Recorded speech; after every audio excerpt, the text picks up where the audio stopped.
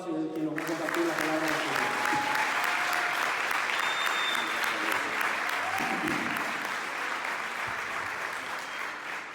Buenas tardes, hermanos.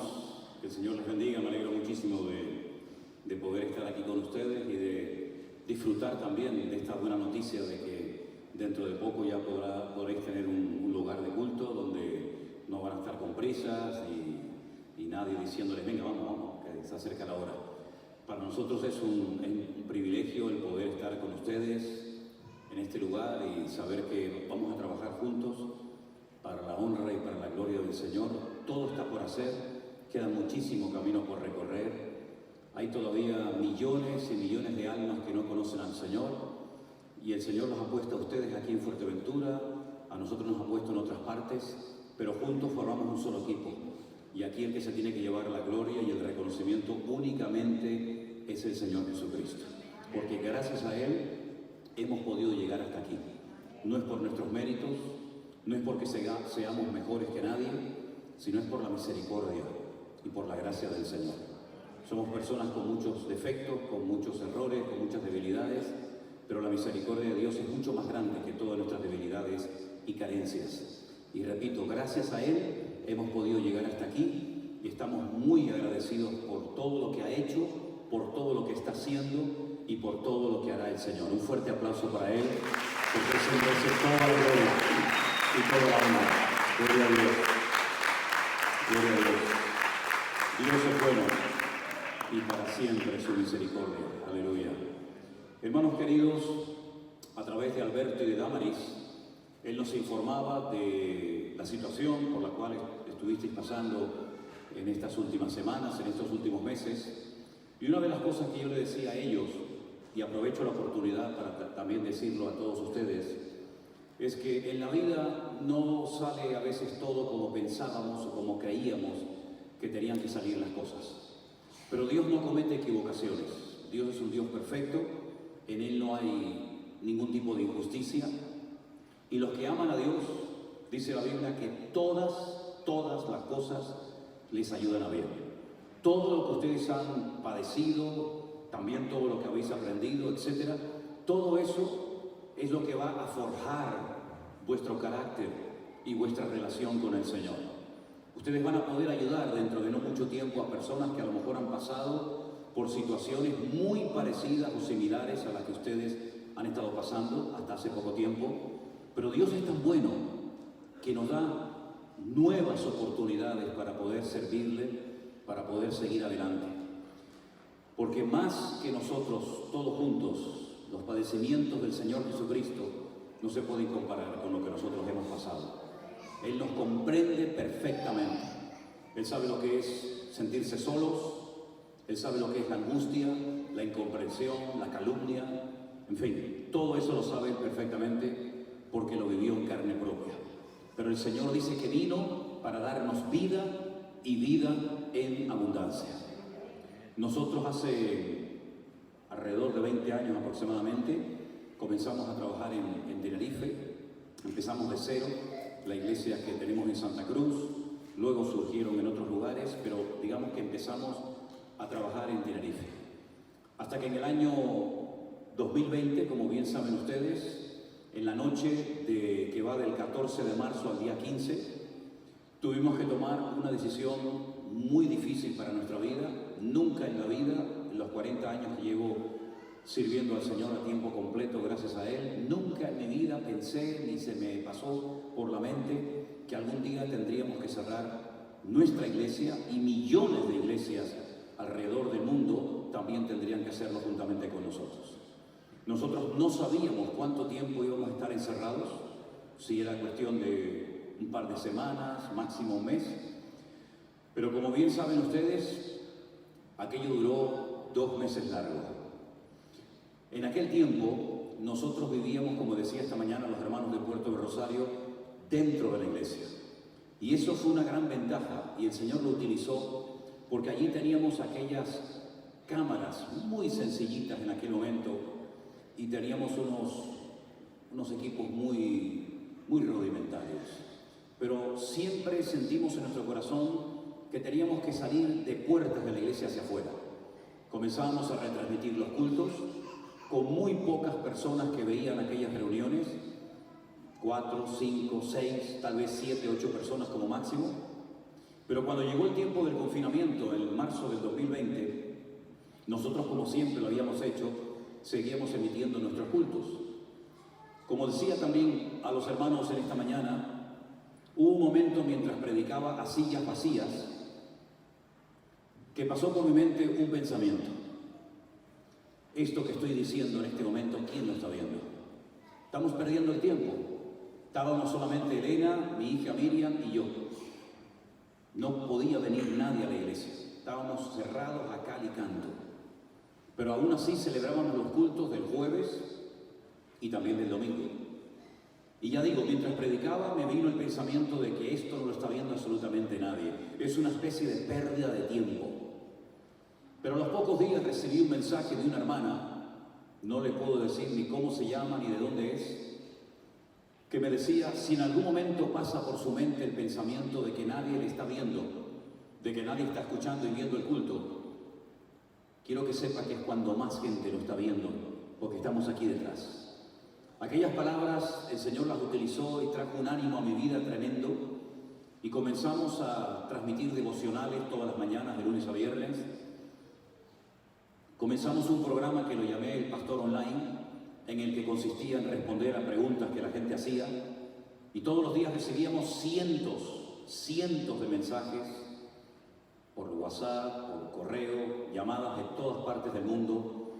Nos llamaban de lugares tan distantes como la ciudad de Ushuaia, al sur de Argentina, Alaska, las Islas Caimán, Canadá, Afganistán, Japón. De todas partes del mundo nos llamaban hermanos. De hecho, incluso tenemos un matrimonio, una pareja en nuestra iglesia de hermanos de Colombia, que ellos vinieron a nuestra iglesia por un link de un devocional que le mandó una cuñada de ellos que vive en Japón. Y gracias a eso han comenzado a asistir a nuestra iglesia en Santa Cruz de Tenerife. Nos dimos cuenta de que el Señor estaba haciendo una obra maravillosa, de la cual nosotros no éramos conscientes porque no veíamos absolutamente nada. Yo le he dicho muchas veces que los que nos han seguido y nos ven por las redes sociales juegan con ventaja, porque ustedes nos ven a nosotros, se enteran de todo lo que hacemos, pero nosotros no vemos absolutamente a nadie. Por eso nos sorprende, como por ejemplo esta mañana, o en todos los lugares donde vamos, que hay gente que se nos acerca, nos saluda, como si nos conocieran de toda la vida, y nosotros nos seguimos sorprendiendo porque no conocemos absolutamente a nadie. El año pasado, en el verano, decidimos ir por toda la península visitando a gente que se había convertido en el tiempo del confinamiento. No sabíamos si íbamos a poder salir a las carreteras por el tema de las restricciones que había en las ciudades, pero gracias al Señor estuvimos casi 2 meses dando vueltas por toda la península y tuvimos la oportunidad de visitar lugares donde nunca habíamos estado, donde había gente que se habían convertido al Señor y querían bautizarse y poner su vida en orden. Fue realmente una experiencia extraordinaria. Y la gente nos recibía con los brazos abiertos. Nos hablaban de hermanos, de hermanas de nuestra iglesia, con nombres, con apellidos, nos preguntaban por personas de nuestra iglesia y nosotros decíamos, ¿y cómo saben ustedes todo eso? Y decía, hermanos, que nosotros les llevamos siguiendo mucho tiempo.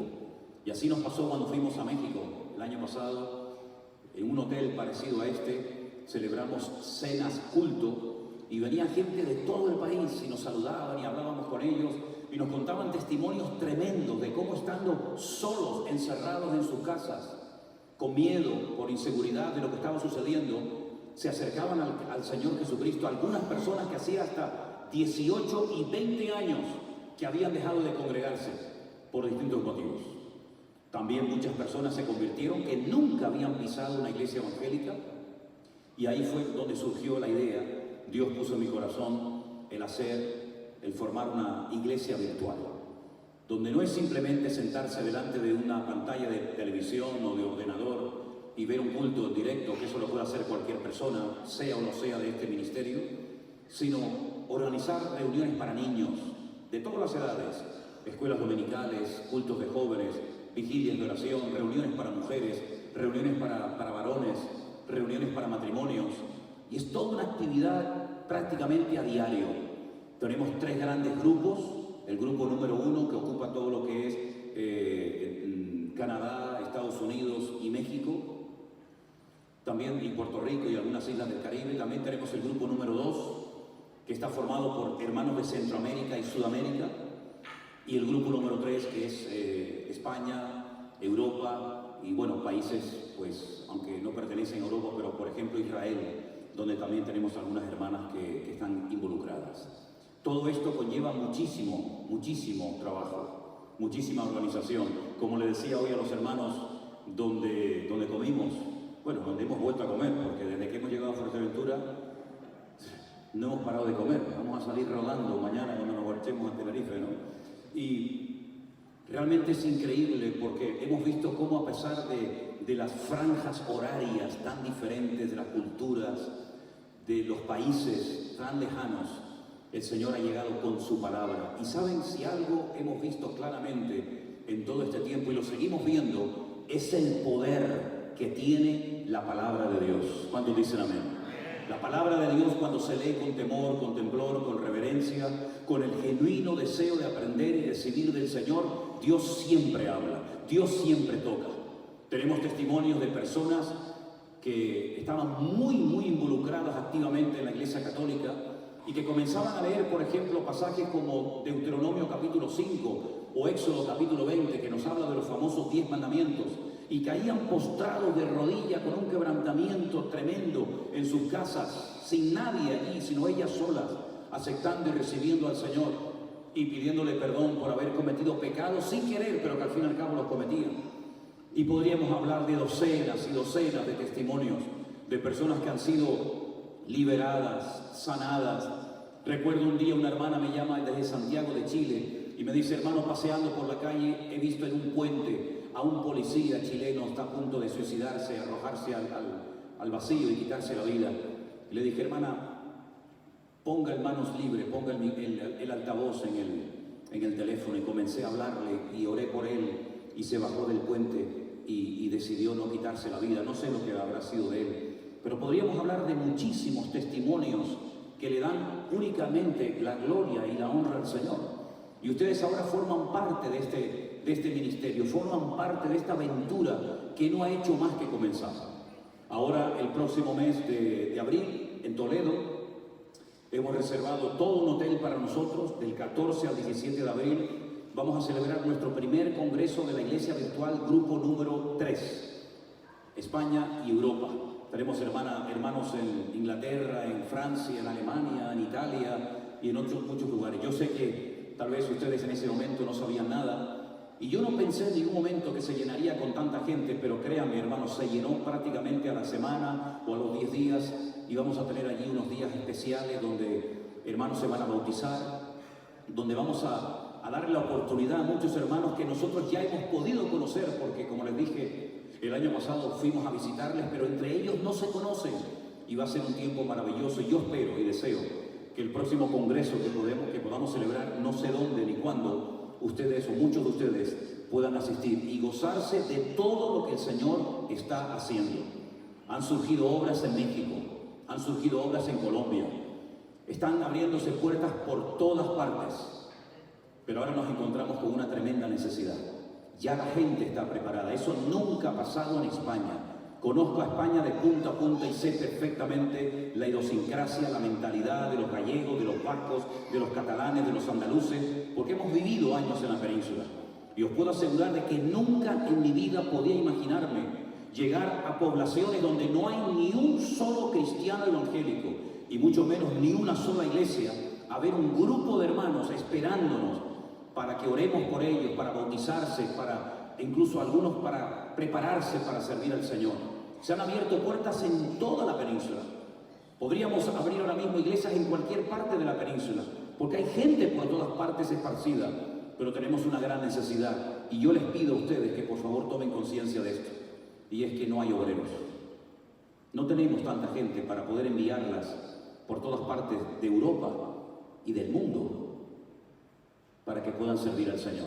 Yo confío y oro al Señor para que cada vez el Señor toque más corazones y que de aquí, ¿por qué no?, ¿verdad?, se levanten familias, parejas, jóvenes que quieran servir al Señor a tiempo completo y dedicarse a lo más maravilloso que se puede dedicar un hombre en esta vida, que es nada más y nada menos que servir al Rey de Reyes y al Señor de los Señores, predicando su palabra a tiempo y fuera de tiempo. Toda la gloria sea para Él. Aleluya. Gloria a Dios. Gloria a Dios. Podría estar hablando horas acerca de toda esta revolución, como dice un hermano, que se ha producido. Pero vamos a hablar en este momento. Cierren sus ojos, no hace falta que se pongan de pie. Yo quiero compartir la palabra del Señor en esta tarde. Sé que a las 6:30 tenemos que salir. Cuando hablo de este tema del cual voy a hablar en esta tarde, créame que podría estar horas hablando de él. Porque llevo años leyendo las profecías que se escribieron, inspiradas por el Espíritu Santo, que las tenemos en nuestras Biblias, en nuestro propio idioma, a través de las cuales el Señor está hablando. Y antes de que oremos, permítame decirles que en mi opinión personal, y esto es mi opinión personal, no es Biblia, desde el siglo I y II, Dios no había hablado tan directamente y tan claramente a la iglesia como en estos últimos años. Estoy plenamente convencido de que Dios no ha parado de hablar desde hace 2 años. Dios encerró a millones y a millones de hermanos nuestros en sus hogares. Aquellos que decían que no tenían tiempo para orar porque trabajaban demasiado y no tenían tiempo para orar porque llegaban cansados a casa y mucho menos para estudiar y leer la Biblia. Dios nos encerró en nuestros hogares, sacudió a la iglesia, sacudió la teología de muchos que no coincidía con las páginas de la palabra de Dios, sino con libros y con opiniones de personas. Y el Señor le habló a la iglesia y la preparó durante aquel tiempo para el tiempo que viene y ya está entre nosotros. Y solamente le pido al Señor que en esta tarde tenga oídos para oír, que oiga lo que el Espíritu Santo va a decir a la iglesia. Padre Celestial, muchísimas gracias, Señor, de todo corazón, por todo lo que estás haciendo, Señor. Ahora vamos a abrir las Sagradas Escrituras, tu palabra, Señor. Y cada vez que la abrimos sabemos que tú vas a hablar. Te pido, Señor, que tu iglesia hoy esté atenta al mensaje que tú nos vas a transmitir, Señor. Pedimos que abras nuestros oídos, nuestros corazones, y que cuando salgamos de este salón podamos decir: hoy el Señor habló a mi vida. Te lo pedimos todo en el nombre del Señor Jesucristo. Amén y amén. Hay un capítulo en el Nuevo Testamento, concretamente en el Evangelio según San Mateo, que es el capítulo 24, donde el Señor Jesucristo, a la salida del templo de Jerusalén, los discípulos se le acercan para enseñarle lo maravilloso y lo grandioso de su templo. Cuenta la historia secular que cuando los romanos conquistaron ese país, 3 cosas le llamaron la atención a los romanos que no habían visto en ninguna parte del mundo que habían conquistado. Una, que era el único pueblo en toda la humanidad que una vez a la semana se paraba, se detenía. Incluso los animales no trabajaban. Eso no era habitual en aquellos siglos. La gente trabajaba de sol a sol 7 días a la semana. Y cuando llegaron a Israel se dieron cuenta de que había un único pueblo en el mundo que paraban desde la caída del sol del día viernes hasta la caída del sol del día sábado, y se dieron cuenta de que esta gente celebraba una fiesta, un día de reposo llamado el Shabbat, que viene de la palabra hebrea Shevet, que significa siéntate, reposa y cesa toda actividad. Eso nunca lo habían visto los romanos. La segunda cosa que le llamó mucho la atención a los romanos es que en Israel existe un mar en el cual la gente flota y aunque no sepan nadar, no se ahogan. Es el famoso Yam HaMelach, que es el mar de la sal, o como lo conocemos vulgarmente nosotros, el mar muerto. Nunca habían visto eso en ninguna parte del Imperio Romano. Y la tercera cosa que le llamó poderosamente la atención a los romanos es que tenían un templo en lo alto de un monte llamado el Monte Moriah. La palabra Moriah es una palabra compuesta. Moriah significa maestro y Yah es Dios. El monte donde Dios me enseña, donde Dios me habla. y habían construido un templo que Herodes lo había ampliado y era una auténtica maravilla, un templo hermoso, lleno de oro, una maravilla del templo. Pero se reían de los judíos porque decían: ¿para qué queréis un templo tan grande, tan bonito, que está vacío? No tenéis dioses, no hay imágenes, no hay ídolos. Y ellos le decían: es que a nuestro Dios no se le puede hacer una imagen de talla, porque al Señor tu Dios adorarás y a Él solo servirás. Ese templo era para los judíos el centro de la vida religiosa del país. 3 veces al año, durante toda la vida de un judío, tenían que hacer a veces un gran esfuerzo económico para dejar de trabajar durante unos días o semanas y emprender un largo viaje rumbo a Jerusalén, subir a Jerusalén para celebrar las fiestas de obligatorio cumplimiento de la época. Cuando llegaba el mes de Abib, la primavera, tenían que celebrar la fiesta de Pesaj, la fiesta de la Pascua. La palabra Pesaj significa saltar. Fue lo que hizo el ángel cuando llegó a Egipto y vio la sangre en las puertas de los hebreos. Dice que saltaba, pasaba a otro lugar, porque aquella sangre era como un antídoto que impedía que la muerte entrara en aquellas casas. 50 días más tarde ellos celebraban una fiesta que le llaman la fiesta de las semanas, Shavuot, más conocida por el pueblo cristiano como Pentecostés. Ellos recordaban que 50 días exactos a la salida del cautiverio, de la esclavitud en Egipto, en el monte Sinaí, Dios les había dado un regalo, un libro, la Torá, la palabra de Dios, con 613 mandamientos que regían y controlaban la vida del pueblo de Israel. Leyes para agricultores, para ganaderos, casados, viudas, solteras, soldados, etcétera, etcétera. Y finalmente, entre los meses de septiembre y octubre, celebraban la fiesta de Sukkot o de los tabernáculos. Y siempre tenían que subir al templo, porque las fiestas no se podían celebrar única y exclusivamente en las casas particulares, sino en comunión con otros hermanos que venían de todas partes del mundo.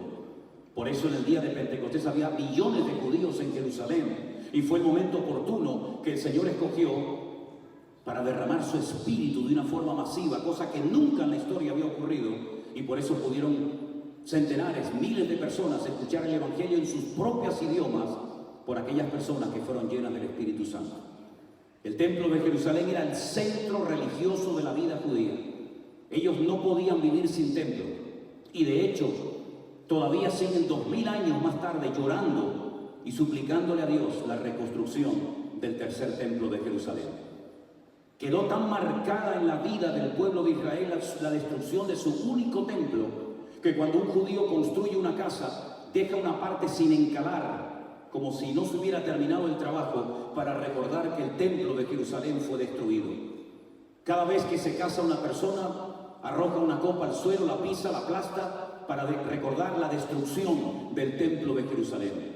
3 veces al día, mañana, tarde y noche, miles, centenares de judíos van delante del Kotel Hamarabí o delante del Muro de los Lamentos, de luto, vestidos de negro, a orar, a llorar para la reconstrucción del tercer templo de Jerusalén. Toda la vida religiosa giraba en torno a ese edificio. Y dice Mateo capítulo 24, cuando Jesús salía del templo y se iba, se acercaron sus discípulos para mostrarle los edificios del templo. Estaban orgullosos. Para ellos era un templo maravilloso, donde además vivía la gloria, o posaba la gloria de Dios. Pero él les respondió y les dijo: ¿veis todo esto? De cierto os digo que no quedará aquí piedra sobre piedra que no sea derribada. Les dio en la línea de flotación, donde más le duele al judío, ahí le pegó el Señor.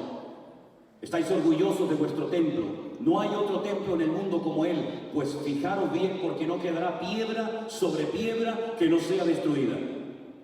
Quedaron tremendamente impactadas, sacudidas sus conciencias. Me estoy quedando en la casa de una hermana que no sé, creo que no está aquí esta noche, pero mirando desde el balcón de su casa, es como si me posicionara en la orografía de la ciudad de Jerusalén. Porque la casa de esta hermana está en un barranco y a mano derecha hay una montaña y a mano izquierda hay otra montaña, y así es como es Jerusalén. Hay una montaña que ha sido aplanada donde estuvo el templo de Jerusalén, llamado el Monte Moriah. Justamente enfrente hay otro monte llamado el Monte de los Olivos, y por el centro corre un barranco que es el famoso torrente del Cedrón, donde se tiraba la basura, donde se quemaba la basura y donde se hacían muchos rituales que no vienen al cuento ahora. Cuando el Señor Jesucristo sale del templo, está en lo alto del monte Moriah. Pero cuando leemos el versículo 3, ya no están en ese monte, sino ya han descendido el torrente del Cedrón, han vuelto a subir al monte de los Olivos y se han refugiado, se han adentrado en un lugar llamado Getsemaní, donde se prensaba la aceituna. Era un lugar donde la gente iba con sus aceitunas y allí se hacía el aceite de oliva. Y estando allí, dice en el verso 3, los discípulos se le acercaron aparte y le dijeron: dinos, ¿cuándo serán estas cosas y qué señal habrá de tu venida? Ellos salen del monte Moriah y van pensando: ¿habéis oído lo que nos acaba de decir el maestro? Que nuestro templo va a ser destruido. Ellos sabían perfectamente que el Señor, cuando profetizaba, cuando decía algo, siempre se cumplía lo que Él decía. Por lo tanto, ellos quieren saber qué señales, qué evidencias les van a indicar a ellos que el tiempo de la destrucción del templo se avecina. Y 4 de sus discípulos, aquí no lo dice, pero en otro evangelio dice que Pedro, Jacobo, Juan y Andrés, le preguntan al Señor: ¿cuándo serán estas cosas y qué señal habrá de tu venida? Qué importante es preguntar, pero preguntar a la persona indicada. ¿Cuántas personas se van a veces a sus casas con dudas, con preguntas, con interrogantes, porque no entendieron el mensaje, no entendieron aquella palabra, aquella expresión, y en vez de preguntar, se van a casa? Y a veces dice la Biblia que viene el maligno y arrebata la semilla que fue plantada pero no fue entendida y por consiguiente no puede ser aplicada. Es muy importante preguntar. ¿Por qué dice eso la Biblia? No es malo preguntar, lo que es malo es no querer saber. Y una de las cosas que enfatizamos en nuestro ministerio de Centro Evangélico Vida Nueva es: pregunten, con la Biblia en la mano lo que no entienden. No tengan miedo a llevarme la contraria si creen que estoy enseñando algo contrario a la palabra. No soy infalible, soy un hombre de carne y hueso como cualquiera de ustedes. Y todos tenemos derecho, consciente o inconscientemente, a equivocarnos. Y si en algún momento creen que he dicho algo, he enseñado, compartido algo que no es bíblico, que no lo puedo demostrar con la palabra de Dios, no digan sí, Juana, a todo lo que yo digo. Porque no me quiero rodear, permítanme la expresión, de pelotas. No me quiero rodear de personas que me rían la gracia y a todos me digan sí, pastor. No me interesa ese tipo de gente. Quiero rodearme y quiero darle la libertad a todos y a cada uno de ustedes de que se acerquen a los que compartimos la palabra de Dios, que es una responsabilidad tremenda.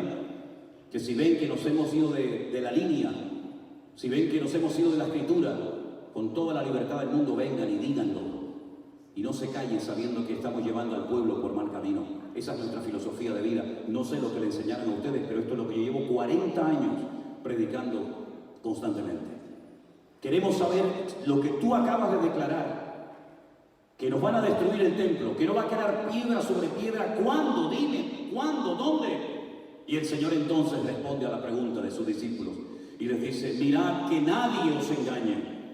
Lo primero que menciona el Señor antes de dar una lista enorme de señales es: cuidado con ser manipulados, cuidado con ser engañados, cuidado con decir amén a todo lo que se dice por ahí, que es lamentablemente lo que ha sucedido en algunos sectores evangélicos.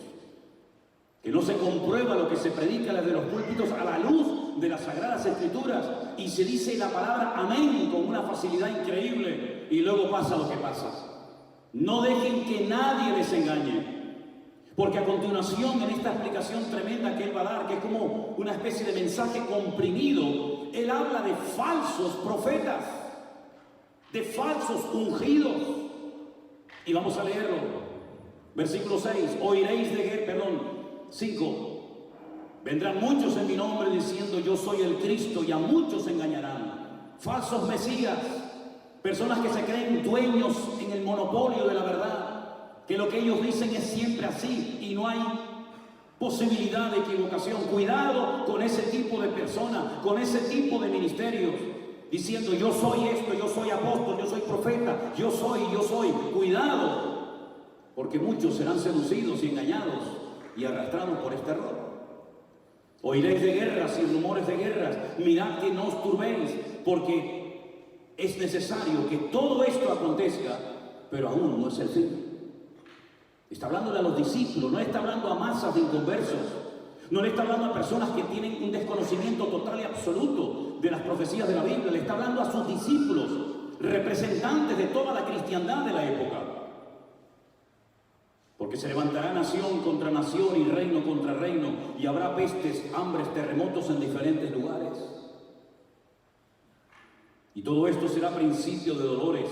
Entonces os entregarán a tribulación y os matarán y seréis aborrecidos de toda la gente por causa de mi nombre.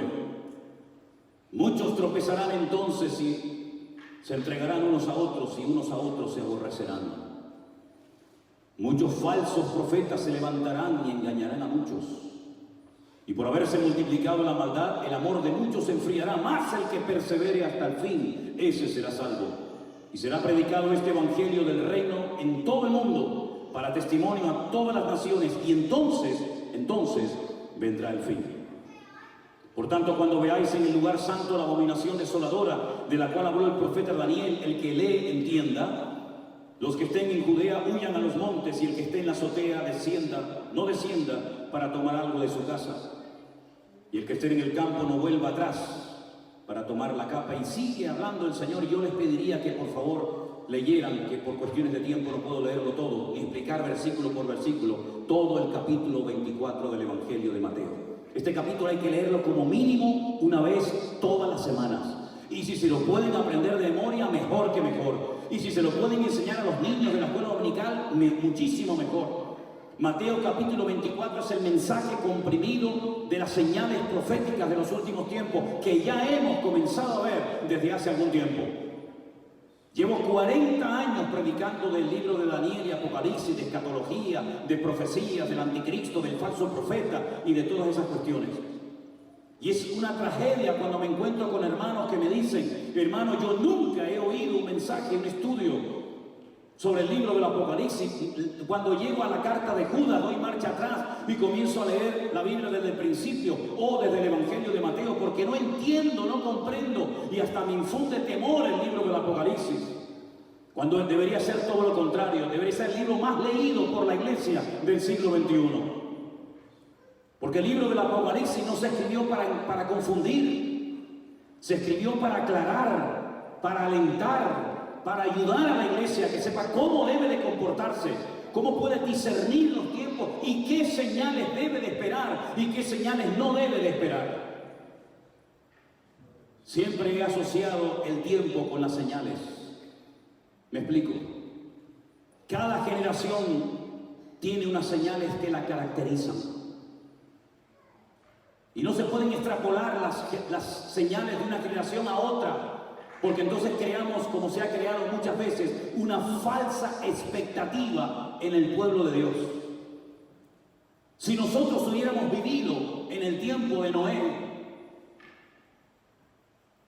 no tendríamos que haber estado esperando ni siquiera la primera venida del Mesías, porque no era para su generación, no era para su época. Ni la construcción del primer templo de Jerusalén, ni la monarquía, ni nada de eso. La señal de los tiempos de Noé fue la desobediencia, la rebeldía, y cómo este hombre se preparó en obediencia durante muchos años, porque sabía por revelación divina lo que iba a suceder en su generación. Se preparó antes de que ocurriera el diluvio, no después, lo cual hubiera sido una tragedia. Y gracias a su perseverancia, gracias a que supo discernir los tiempos y adaptarse a los tiempos, salvó la vida de su familia y también, cómo no, la de toda la humanidad. Pero sin embargo, si ustedes observan el ministerio del Señor Jesucristo, cuando los discípulos le atosigaban y le pedían que les mostrara señal, porque dice la Biblia que los griegos buscan sabiduría y los judíos señales, el Señor Jesucristo dice: esta generación es una generación perversa y maligna. Y la única señal la cual podréis ver será la señal del profeta Jonás. Y el Señor Jesucristo dice, así como Jonás estuvo en el vientre del enorme pez 3 días y 3 noches, así estará el Hijo del Hombre 3 días y 3 noches en el vientre de la tierra. Esa es la señal de la generación, de la época del Señor Jesucristo, ninguna otra. Pero ahora el Señor Jesucristo le está hablando a su pueblo, a la iglesia, a los discípulos, y les está dando señales que se van a producir en menos de una generación. Como por ejemplo la destrucción del templo, como por ejemplo la dispersión del pueblo de Israel por todas las naciones de la tierra. Pero también es una profecía de doble cumplimiento, porque no solamente parte de ella ya se cumplió en el pasado, sino que hay muchísima parte de esta profecía que se puede incluso sumar a Lucas 21, a señales proféticas que vamos a ver y hemos comenzado a ver todos y cada uno de nosotros. Y lo primero que tenemos que despejar de nuestra vida es la ignorancia, porque la ignorancia es el terreno del diablo. Cuanto más ignorante sea un ministerio, cuanto más ignorante sea una iglesia acerca de las cuestiones proféticas, más fácilmente será engañada, arrastrada y desanimada. Pero Dios ha abierto nuestros ojos y nos está mostrando, hermanos, que estamos ya en los tiempos finales. ¿Cuánto lo creen? Ya estamos en los tiempos finales. Y a la iglesia le queda muy poco tiempo en proporción al tiempo que ya ha vivido. Y es como yo digo, a mí me queda menos tiempo de pastor que lo que ya he vivido. A mí me queda menos tiempo de vida del que ya he vivido. Aunque bueno, si voy por el camino de mi abuelo que vivió 106 años, pues todavía me queda largo camino. Pero lo que está bien claro, queridos hermanos, es que la iglesia en este tiempo no está para perder el tiempo. En divisiones internas, en peleas, en dimes y en diretes. No hay tiempo para eso. La iglesia tiene que despertar a una cruda realidad. Cristo viene pronto. Y está preparando a la humanidad, está preparando a la tierra, está preparando el escenario para que cosas que han estado escritas y dormidas durante siglos, nosotros comencemos a verlas y a disfrutar de todas y de cada una de ellas. Una de las grandes señales que se cumplió en este siglo pasado fue el retorno del pueblo de Israel a su tierra después de casi 2000 años de exilio, de diáspora. En el mes de mayo de 1948, para sorpresa del mundo entero, un pueblo que había sido aniquilado y expulsado de todas partes, incluido de nuestro país, retornó. Y ahí hay un pueblo con su bandera, con su himno, con sus costumbres, con sus tradiciones, que se llama Israel, y nunca más volverá a ser echado y expulsado de su tierra. Es el tercer y último retorno de Israel a su país. El primero fue cuando entraron con Josué, el segundo cuando volvieron del cautiverio en Babilonia, y el tercero que es el último. Y dice la palabra de Dios que ahí comenzó una especie como de cuenta regresiva, donde las señales iban a adelantar con una facilidad increíble. Y lo que el Señor Jesucristo da en unos cuantos versículos de Mateo 24, Pablo en sus cartas a los tesalonicenses, la primera y la segunda, y por supuesto Juan en todo el libro del Apocalipsis, desarrolla con una exactitud extraordinaria, que cuando uno lee ese libro dice, Dios mío, qué maravilla, esas revelaciones tuyas para la iglesia de los últimos tiempos, para que no viva asustada, ni amedrentada, ni engañada, ni manipulada, sino que viva esperando el retorno inminente de su Mesías, de la cabeza de la iglesia, que es Cristo nuestro Señor. Y la palabra de Dios nos habla de 21 juicios que uno seguido detrás del otro van a ocurrir. Y Él utiliza 3 palabras: sellos, trompetas y copas. 7 sellos, 7 trompetas, 7 copas. Y cuando termina un juicio, inmediatamente comienza el otro. Y termina este, inmediatamente comienza el otro. Y durante un periodo de aproximadamente 7 años, aunque están divididos en 3 años y medio y 3 años y medio, vamos a ver lo que generaciones de cristianos, hermanos nuestros, predicadores, profetas, discípulos, nunca lograron ver en el horizonte. Pero nosotros estamos viendo cómo el mundo, las naciones se están posicionando. Y estamos viendo cómo la geopolítica se está reestructurando. Y algunas naciones de Europa están temblando porque no saben hasta dónde llegará la repercusión de lo que está ocurriendo. Y dice la Biblia que estas cosas se escribieron para que estuviéramos velando y orando y no nos sorprendiéramos como ladrón en la noche, sino que estuviéramos preparados para el retorno inminente de nuestro Señor Jesucristo. ¿Cuántos dicen amén? Que no nos pase lo que le pasó a la amada del libro del Cantar de los Cantares, que dice que estaba descansando, a punto de quedarse dormida en la cama, y durante la noche dice que vino saltando por los montes su amado, y cuando llega a la puerta de su casa, llama, ella oye la voz de su amado, la reconoce al instante, y él le dice que quiere tener comunión con ella, pero ella le dice: me acabo de lavar los pies y no quiero levantarme haciendo este esfuerzo para abrirte la puerta. Cuando ella se percata del error terrible que ha cometido, abre la puerta y dice que el picaporte olía a la presencia de su amado, pero su amado ya no estaba entre ella. Y entonces ella, enferma de amor y desesperada, comienza a ir por todas las calles de Jerusalén, es maltratada, es humillada, es incomprendida, es rechazada, preguntando: ¿habéis visto a mi amado? ¿Habéis visto a mi amado? Y le preguntaban: ¿y cómo es tu amado? Dice: mi amado es señalado entre 10.000, y lo describe desde la coronilla hasta la planta de los pies. Ella sabe cómo es, ella sabe cómo huele, ella sabe cómo se comporta, sabe el color de su pelo, el color de sus ojos, lo sabe todo, la teoría, pero a la hora de la verdad no le abrió la puerta. Y es lo mismo que le ocurrió a la iglesia en la Odisea, cuando dice: he aquí, yo estoy a la puerta y llamo. Si alguno oye mi voz y abre la puerta, yo entraré a él, cenaré con él y él conmigo. Pero la iglesia dice: nos hemos enriquecido, no tenemos necesidad de ninguna cosa. Y el Señor la confronta y le dice: miserables, pobres, ciegos y desnudos. Llevo 1 hora tocando la puerta de la iglesia y nadie ni siquiera ha oído mi voz.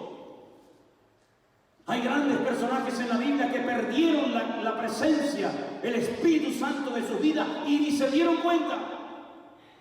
Estaban tan entretenidos en sus jueguecitos, en su carnalidad y en su banalidad, que Sansón quiso levantarse y derrotar al enemigo, y el enemigo lo terminó derrotando a él, porque coqueteó tanto con el pecado, jugó tanto con el pecado, que al final el pecado lo terminó devorando a él, y el Espíritu de Jehová, su Dios, se apartó de su vida y él ni siquiera se había dado cuenta.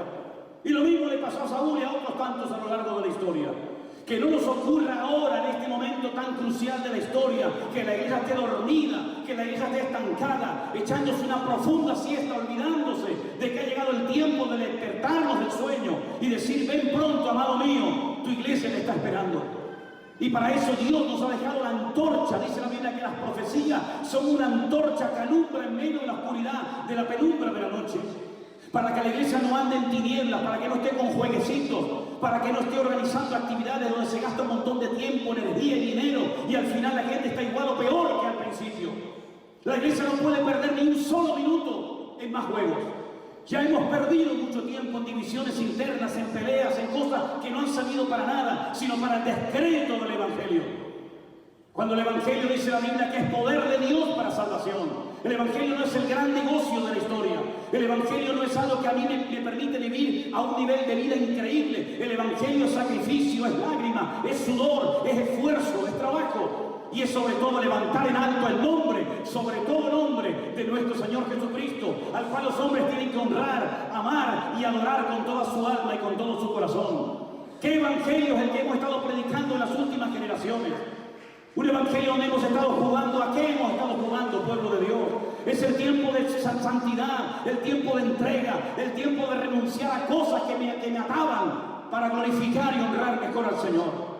Pablo llegó a decir a los filipenses, en una mazmorra maloliente y fría en Roma: cuantas cosas eran para mi ganancia las he estimado como pérdida por amor de Jesucristo.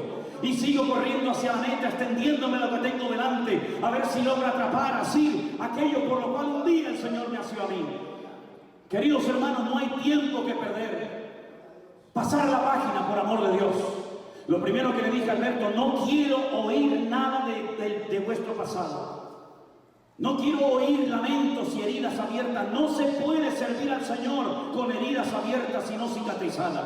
No se puede servir al Señor con lo que me hicieron, con lo que me dijeron, que no me llamaron, que sí me llamaron, que mira lo que me dijo, mira lo que... No se puede servir al Señor así. No podemos tener un montón de soldados heridos. Tenemos que tener hombres y valientes que han sido restaurados y transformados por el poder de Cristo, y decirle al mundo que el Señor nos ama y ha cambiado nuestra vida. ¡Aleluya! Es tiempo de que la casa de Dios se limpie y de que nos pongamos en línea. Y si te han herido, te aguantas, que más hirieron a mi Señor. Y si te han humillado, te aguantas, porque más humillaron a mi Señor. Y si te han pisado, te aguantas y miras al Señor. Porque los que amamos a Dios, todas las cosas nos ayudan a bien. A lo mejor necesitábamos ser humillados un poquito, A lo mejor necesitábamos bajarnos un poco del pedestal donde nos subimos sin darnos cuenta. Y vernos sin cargos, sin responsabilidades, sin cédula, sin títulos y sin nada, y empezar de cero. Pero no te olvides que cuando tú pienses que has llegado al final, es cuando Dios empieza. Porque Dios viene a restaurar vidas rotas por el pecado. ¡Aleluya! ¡Gloria a Dios! ¡Gloria a Dios! ¡Y a su nombre! Ese es nuestro Dios. Como lo decía esta mañana los hermanos, en los pueblos de la antigüedad, los imperios lo que hacían es que arrasaban, rompían con todo. Casas, templos, teatros, murallas, todo. Y lo utilizaban como fundamento para construir encima de las ruinas. Nosotros no vamos a construir nada encima de ninguna ruina. Porque el Señor viene a restaurar a su pueblo y a su iglesia. Porque dice que antes de que Él venga, Él viene cuando estén restauradas todas las cosas en la casa de Dios.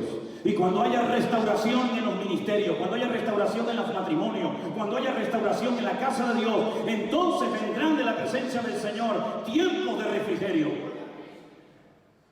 Y esos tiempos de refrigerio son los que le van a ayudar a la iglesia a pasar por en medio de la tormenta, viendo cómo caen a tu lado 1000 y 10.000 a tu diestra, mas a ti no llegará. Porque aunque un ejército acampe contra mí, no temerá mi corazón, porque tú eres mi luz y mi salvación. Y ese es el mensaje, esos son los salmos, las canciones que hemos cantado durante años, pero que ahora hay que bajar al terreno de la realidad y demostrarle al mundo que nosotros nos estamos preparando, no para pegarnos la gran vida a costa de las ovejas. No. Nosotros vamos a prepararnos para el retorno inminente de Cristo.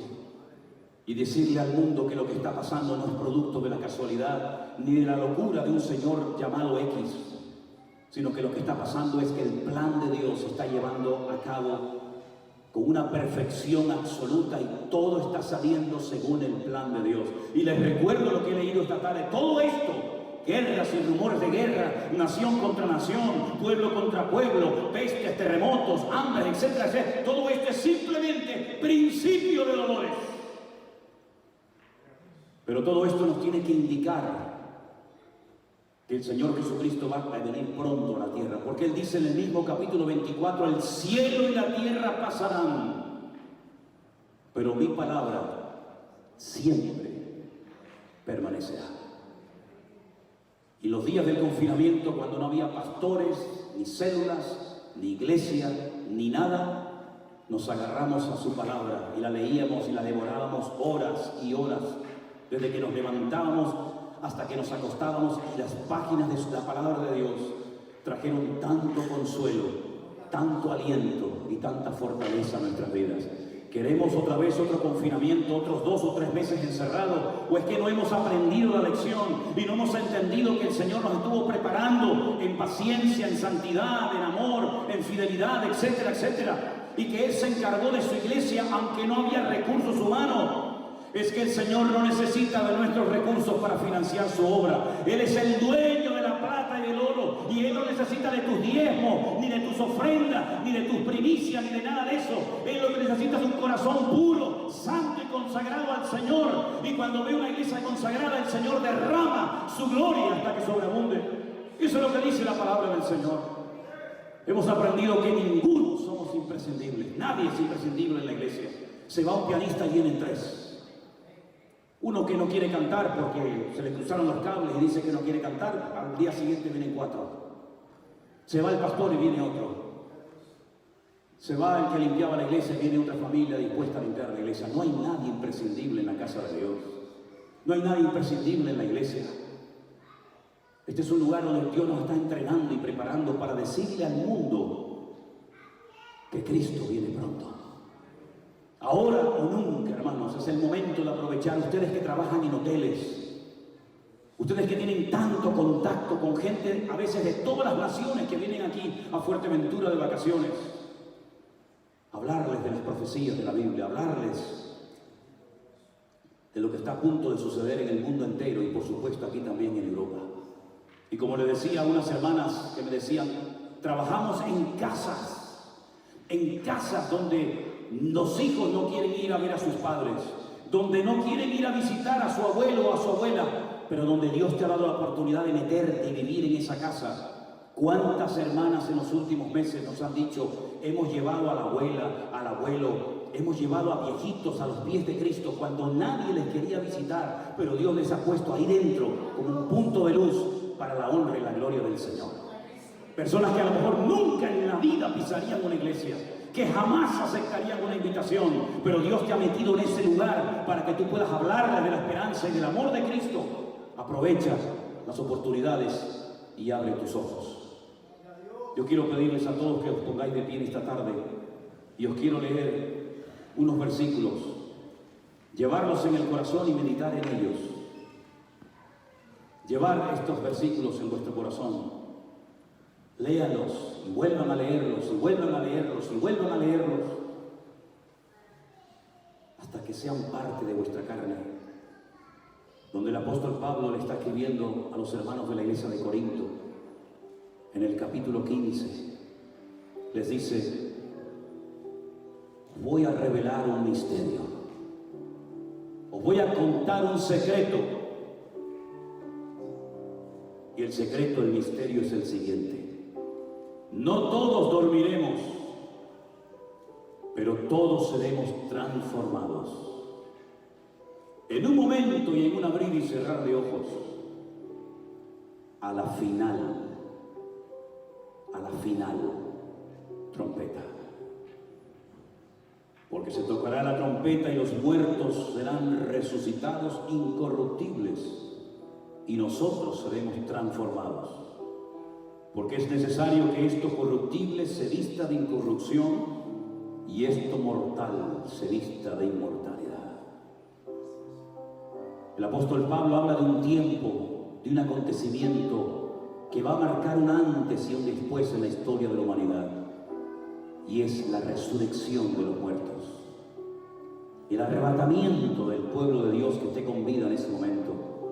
Y dice: a la final trompeta, a la final trompeta.